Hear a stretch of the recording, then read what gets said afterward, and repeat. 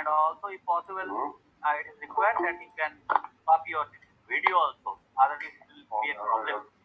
So over to uh, Joseph from Malay. Now everything yours. I welcome you to this launch of sustainable development program. We have a few people to talk. We have on our program that is we have here. We have some welcome remarks from the founder. Then we have some introduction to members of the Sustainable Development chapter. Then we also have a presentation from one of our seasoned road development specialists from India. Then we also have a few discussions at the end of the day and some comments. So I welcome you to this presentation. Also a special recognition to the founder, Dr. Nick, who is going to have to present welcome remarks. Just a brief story of Dr. Nick. She's based in UK. She's the founder of Global Peace Let's Talk, and very passionate to make sure that peace prevails wherever we stay, so that sustainable development can be achieved. As we all know that we cannot achieve any development if there's no peace in our wherever we stay. Then that transcends also to wherever we are. So let me give this floor to Dr. Nick, Miller, so that she can actually welcome all of us and give us a background of Global Peace Let's Talk. Over to you, madam. Thank you very much, Joseph. It's such an honor to be with everyone today. I am absolutely thrilled to this. We have almost 90 people present from across the world, and that shows such awesome contribution and respect for gathering people that are focused on making a difference in this world. I'm going to give you a very brief overview of Global Peace Let's Talk. Global Peace Let's Talk is not quite a year old yet. It's an organization that is completely focused on people around the world that want to make a difference. I have no other word but to say people that on their own stand up and want to make a difference based on their experience, their qualifications, their determination, their love and their passion for peace. So today I pay deepest respect. We are now close to 90 people here. To each one of you for joining hands with Global Peace Let's Talk, an organization that is truly and most sincerely having impact across the world and making a difference to the people that we now have on board. I would like to share this quickly with you that Dr. Dayanti is a deeply taken of them. I call him a gentle giant because that is what he is. He has a love of humanity and he exceeds all boundaries. He has a passion to make a difference. On his own, he creates opportunities for others to profile themselves. In all the time and months that I have worked with Dr. Dayanti, every single time there is an event, he will take a personal interest in the people, the members of Global Peace Let's Talk, to give them the opportunity to present at the different events. He has my utmost respect. The work that he's doing in his own environment and the passion that he has for peace in this world is just totally filled with respect and great admiration. So Global Peace Let's Talk, this is what we do.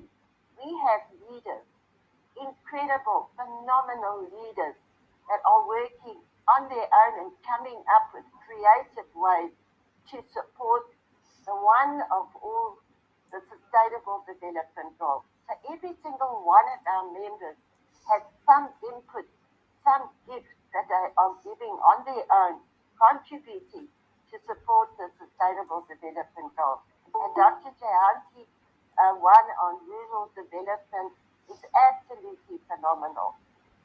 It matters. It matters greatly to him that he is making a difference. His greatest joy is when he has completed an event and he knows that at that event he's been able to put people together that are going to go forward and work in a team and implement a project in their own country, their own community to make a difference. So if you ask me, but what is Global Peace Let's Talk? Dr. Jayanti is Global Peace Let's Talk. Joseph is Global Peace Let's Talk. The guest speakers that are here today, welcome with all my heart. These are the people that are Global Peace Let's Talk, that want to see this world have a better future for our young people.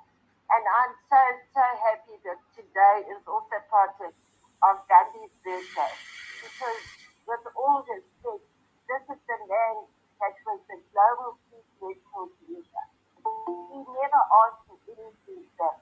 His whole focus was on contributing and recognizing that there are people in this world that will walk a journey and will not say everything is lost, everything is gone, everything is hopeless. He was the man who said, no, there is always hope. There is always opportunity. Walk my journey with me and give back to others what you have. Share your strength. Share your love. Make a difference in this world. And that is Global Peace Let's Talk. So I welcome each one of you to this day. Again, my sincere thank you for everybody that's taken the time to be present today. And I wish that after this event that we're going to continue to be a bond of peacemakers around the world. Thank you so much, Dr. Jayanti, for this special event. And I wish you well as we now continue with our agenda. Thank you very much.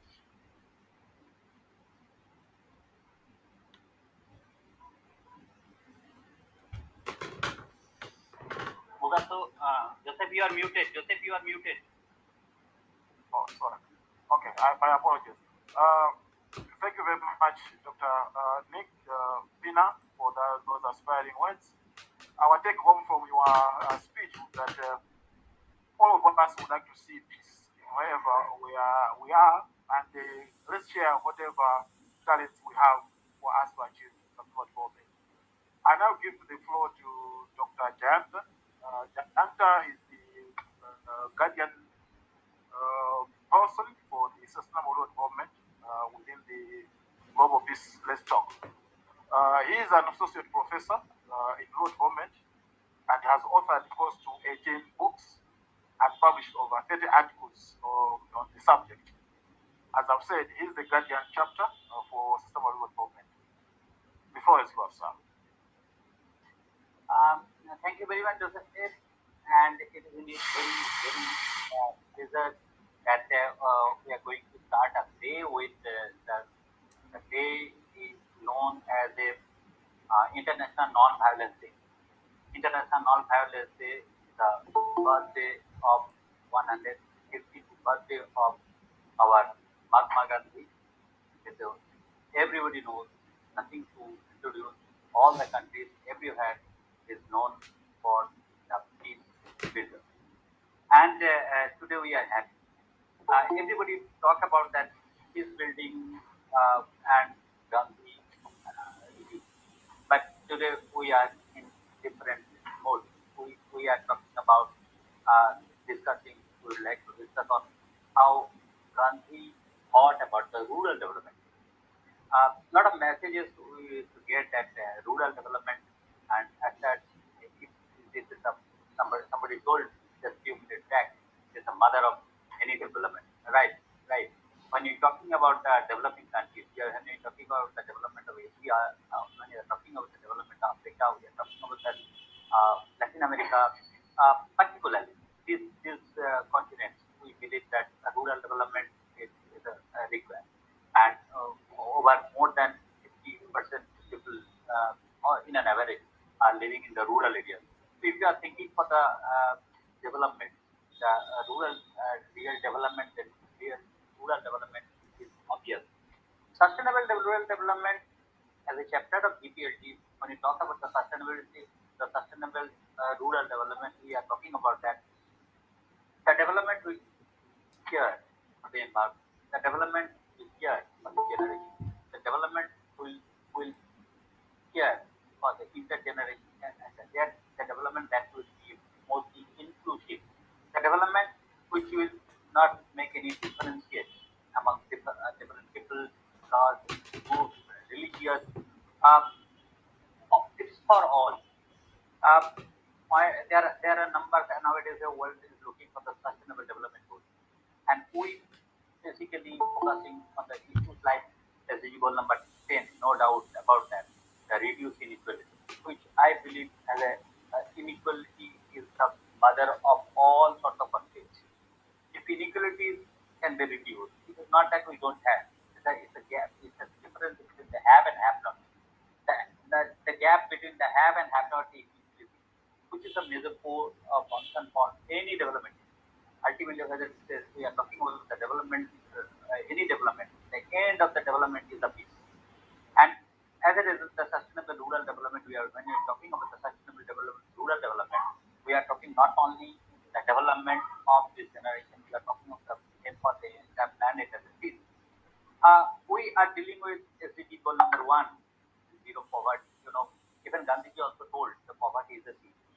When poverty is there, there's cause and consequence of different conflicts. So we have seen the different countries, in the African countries also, in the Asian countries also. So mostly when the poor people are there, the poverty is increasing, the conflict is also increasing. So as it is, sustainable rural development as a chapter, we will uh, think on that, how all the efforts of development goal, all the efforts of sustainable rural development leads towards a peaceful world that we are looking. Even we have started that the project on the child ambassador, child peace ambassador, where also we are talking. This chapter, sustainable rural development as a chapter is a part of global peace led from. All together we are thinking on that how this chapter can contribute towards reducing inequality, towards reducing inequality among different generations, inequality among the gender. So all together, it is important that how this sustainable rural development as a chapter can contribute towards this. And we are happy that today, and officially, we are launching this chapter on the bigger role to capacity building, to reduce conflict, to address the poverty, to address the unemployment. And also, we are planning with collaboration to different organizations in different parts of the world also, and how that sustainable development goal can put together and the sustainable rural development or sustainable development goal all together can contribute towards the local level also as a peace building as a whole. So with this, let us again welcome all of you once again to join, and then definitely we'll get insight how that Gandhi thought on rural development, why it is so much important in today's even why it is relevant, and then we can see that apart from the piece, Gandhi also thought on that.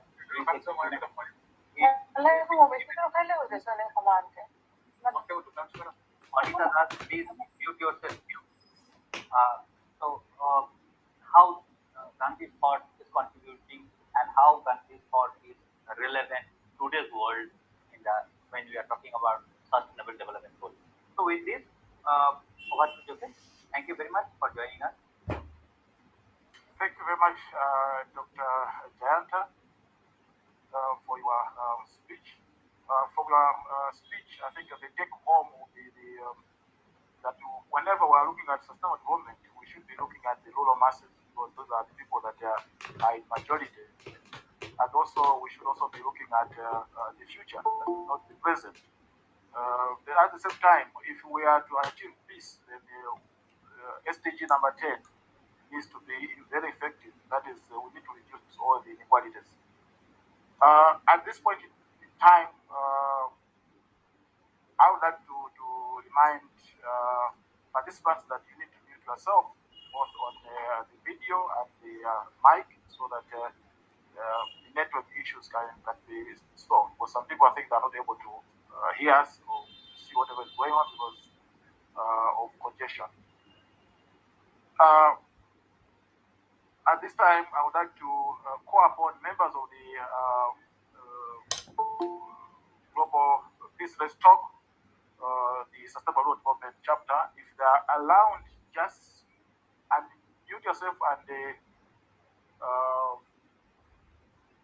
mention your name and where you're coming from. We should also be able to see your video. So just introduce yourself, your name, and which country you're coming from. Then we'll see. Okay, thank you. Let's start with Sam. Sam? Let me start. Yes. My name is Emmanuel Gifty Mwangeni. Yes. I'm from Okay. Malawi. I live in Blantyre. Thank you. I'm a member of Rural Sustainable Development, Global Peace Let's Talk from Malawi. Thank you. Thank you. Yes.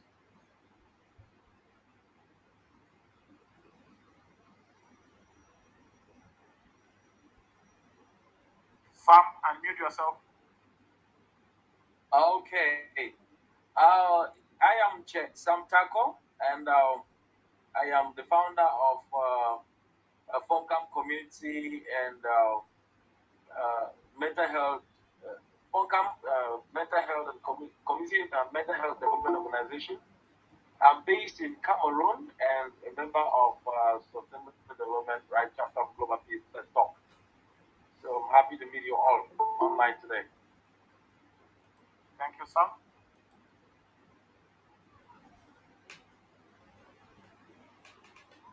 Yeah, it seems as of now we have only those two members, and I'm Joseph Moro from Malawi, your moderator today. I'm actually also very much involved in sustainable development. I'm a founder of Center for Community Studies Malawi, which is looking mainly at the rural development. Thank you. At this point, if there's no one else to introduce himself or herself, let's move on to our next item. Our next item is a presentation by Mr. Laju.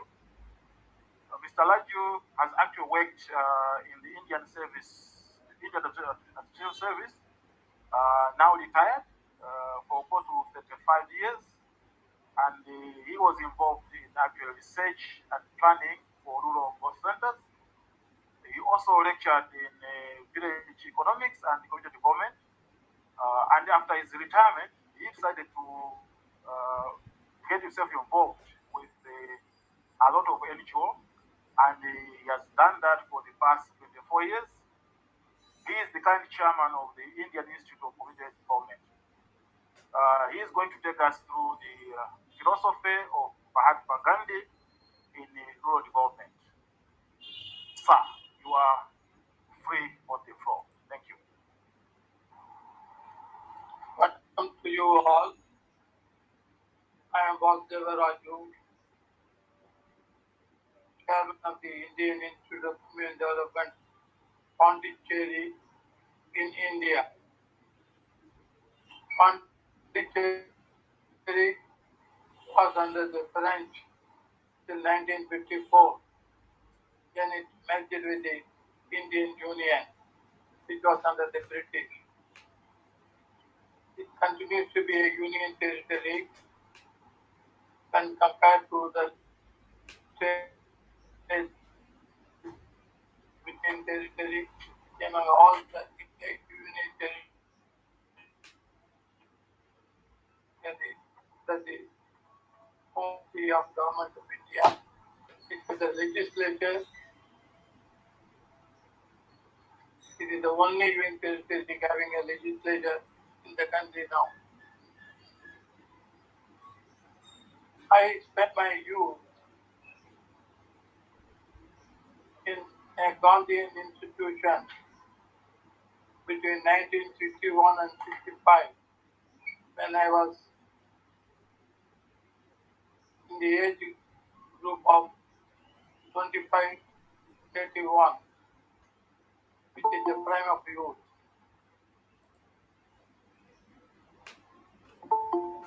This is an institution known as Gandhi Niketan Ashram in T. Kalupati near Madurai in Tamil Nadu of India. It is one of the old institutions set up by the government, voluntary organization, and its founder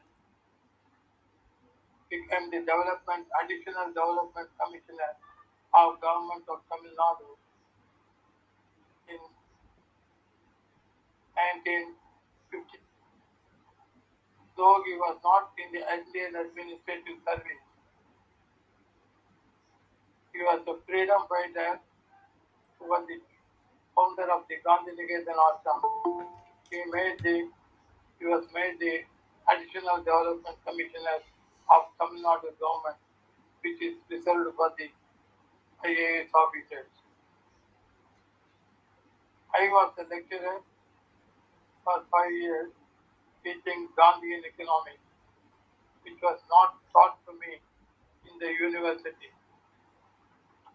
Most economic faculty in India are outside, teach all kinds of economics, but not Gandhian economics. Gandhian economics was really village economics, and I was teaching and learning village economics and community development in the extension offices, industries, training center in the institution. In 1960s,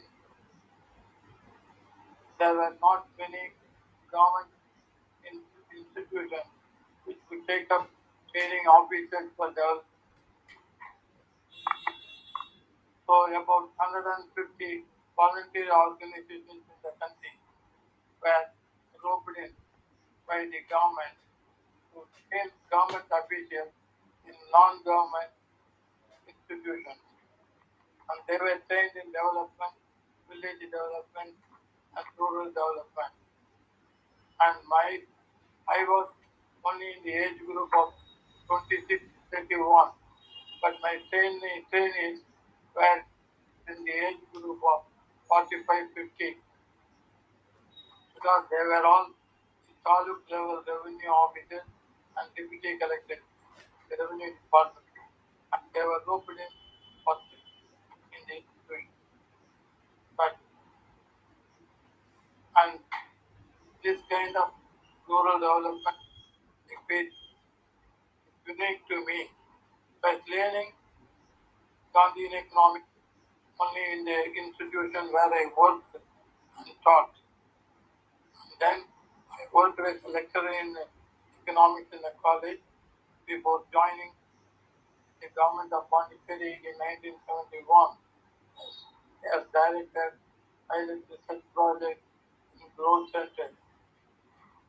20 research projects were started in in the 5-year plan of government of India. At the rate of one in each state, 15 were allotted to state, one was allotted to University of Pondicherry, and 3 were allotted to the research institutes in Wardha, Varanasi, and Kerala in Gujarat. All these institutions, both run by the government and by the research institute, could not do the field work of the pilot research project in growth center, and it was wound up. But in Pondicherry, the recruitment has to be done by UPSC, and there was a delay of 1 year starting the project. And compared to all other projects, we have not only completed the work in doing the research field research. It also published the report known as the Integrated Area Development Plan of Pondicherry, and conducted a workshop in November 1974 involving all the lead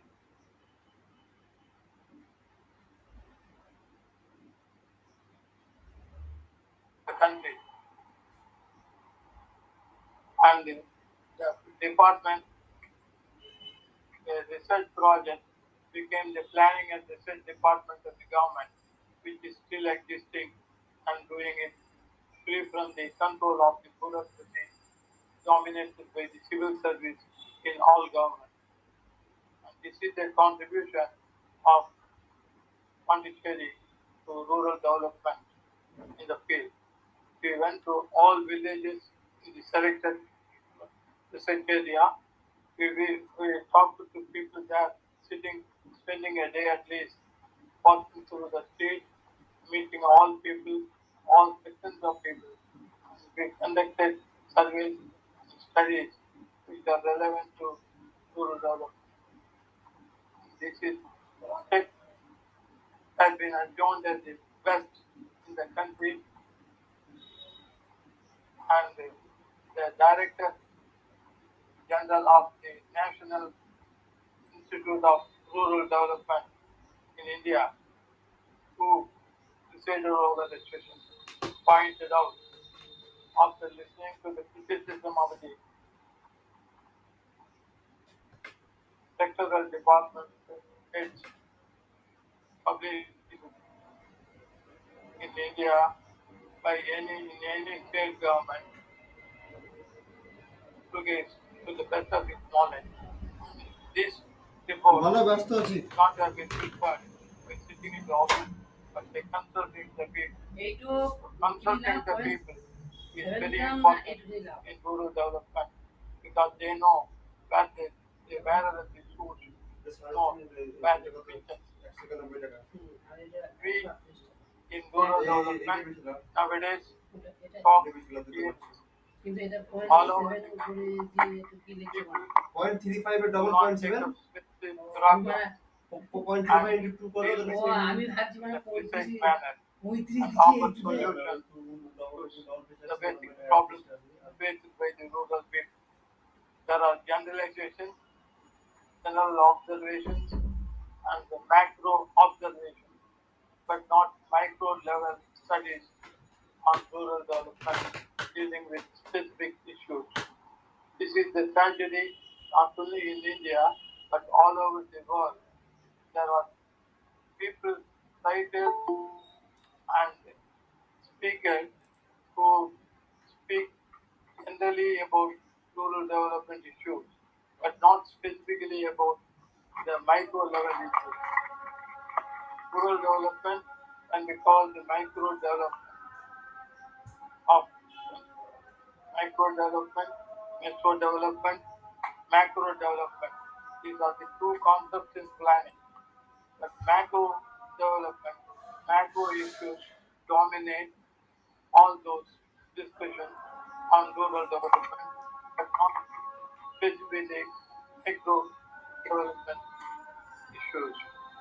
This is one of the deficiencies I find in rural development discussion held all over the world. And the essays, others who write books also deal with the things in the same manner and not taking up micro issues. I would again and again stress that micro issues, micro planning is more basic to rural development. And this figure officer never introduced, never practiced. Principles and practice should go together. This is what Gandhi said and did in it. And all-round development of the villages. My idea of village Swaraj gives the all-round development of the village. And my idea of village Swaraj is the basic for the country Swaraj. We talk about country Swaraj, but not about village Swaraj. Village Swaraj gives the power to the people to discuss their problems, decide the solution, and take the initiative for implementing those solutions, in which the outsiders can only assist but not dominate. Outsiders can give the resources to supplement the resources of the people. This is where, like, after the independence, the, after serving in various places, Gandhi, Jawaharlal Nehru wanted to try rural development and gave a look for a son who can do it. He visited Nilotari Center for refugees from Pakistan by the government. There we found Mr. S.K. Day, who was the administrator of the refugee rehabilitation center. He was impressed and we called him to the city and then got his ideas for rural development and set up the Ministry of Community Development in 1950s. And he became the first administrator of community development in the country. And later, the Minister of Community Development and continued till 1974 in that position, touring villages, studying village tourism, and implementing the block development program. The block development program was started in the 1950s, early 1950s, by the government of India, select blocks, and then on it was expanded to the whole country later on. An area, a geographical area of 100 kilometers, 100 villages, and 1 lakh population in 1960 was considered to be a block, community development block, and then the block administration came into force, which is a new innovation of India in the world. Normally, the administration is dominated by the revenue department, revenue office. But India innovated a new administrative system in the country, block development, consisting of 100 villages, 100, 1 lakh population, and 100 square kilometers. It is uniform throughout the length and breadth of the country. And this pattern was admired by one and all. Arnold Toynbee, the world famous historian, remarked that the rise and fall of the farmers all over the world, underdeveloped world, in exploitation countries depends on the success or failure of the community development program in India. And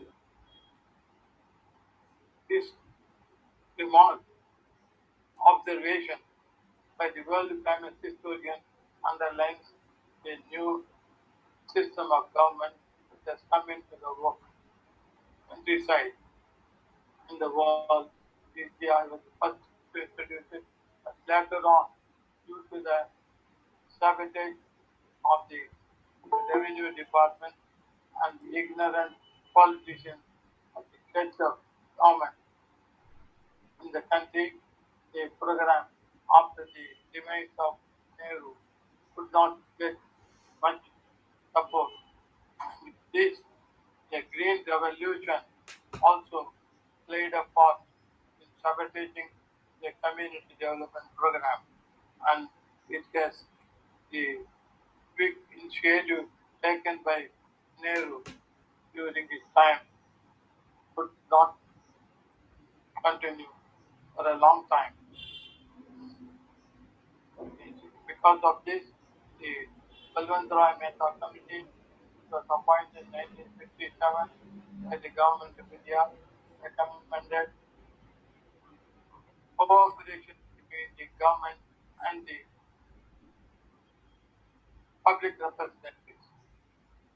The bloc is has got a team of a block development officer headed by the head of the team and officers from agriculture, animal husbandry, industry, education, cooperation, etc. became members of the team, and this official team was headed by the block development officer, which assisted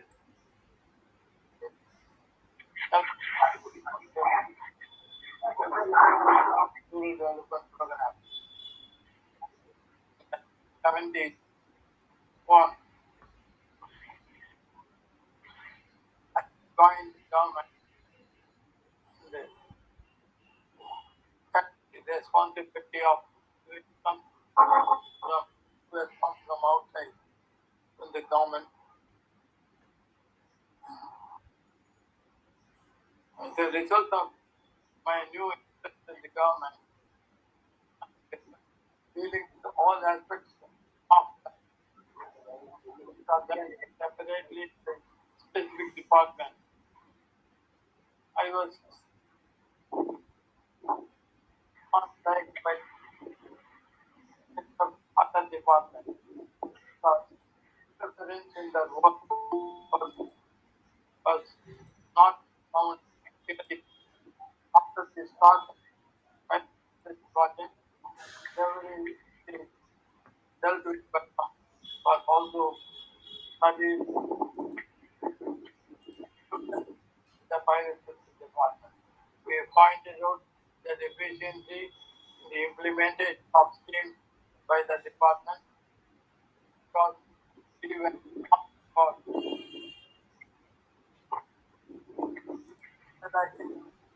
villages and we found that tanks are not reused but money is spent. Roads are not laid but money is spent. School furniture is purchased over and above the requirements of different schools and they are stocked in some schools over and above, which are over and above their needs. These kinds of and the electricity was not connected in villages, even though the department concerned was claiming 100% coverage of electricity in rural areas. All these things we brought to the notice of the government, and the more we did this, the more we facing the opposition from the established departments of the government. However, we have won until today the department exists free from the dominance of the civil service which is found in all other states, countries, and doing specific research in the area.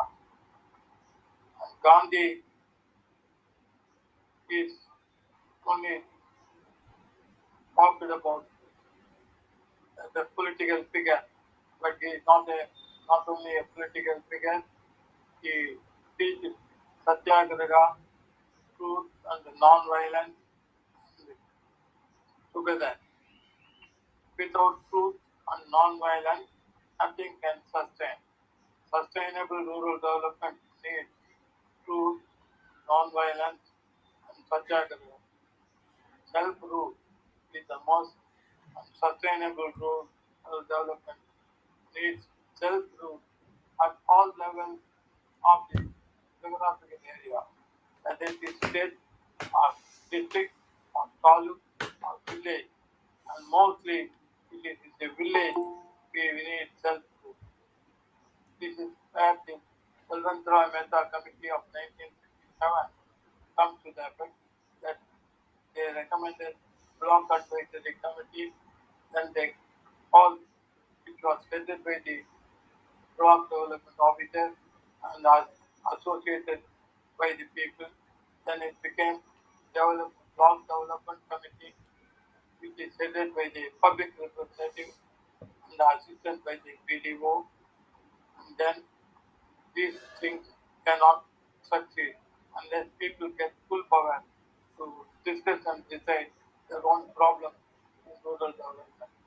This is why the Balwant Roy Committee recommended Panchayati Raj, Panchayat at district level, block level, village level as the solution for people's participation, because it is the chairman of the block committee, block union, which can involve the people in all the activities. And rural development, economists and universities do not teach rural development, rural economics and village economics in the country. And the village economics and rural economics are essential for rural development. Hence, the teaching of rural economics and village economics in colleges and universities must be made a compulsory curriculum in the coming future, not only in our country, but on all native African countries. This is the point I would like to stress international webinar to all countries that rural economics is very important and but it's a positive for the Excuse me, Saraji, if you would be winding up now. Winding up time. so this. I thank you one and all for inviting me to the Lord of Time. Give it to Elvis. Can I ask participants to switch off their mics?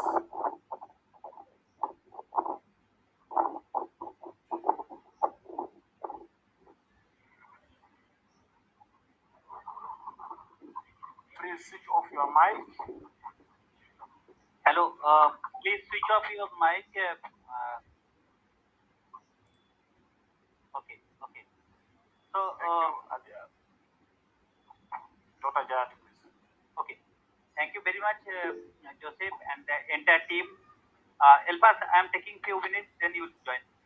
So thank you very much, Dr. Raju, for sharing his experience related to his journey as rural development functionaries and also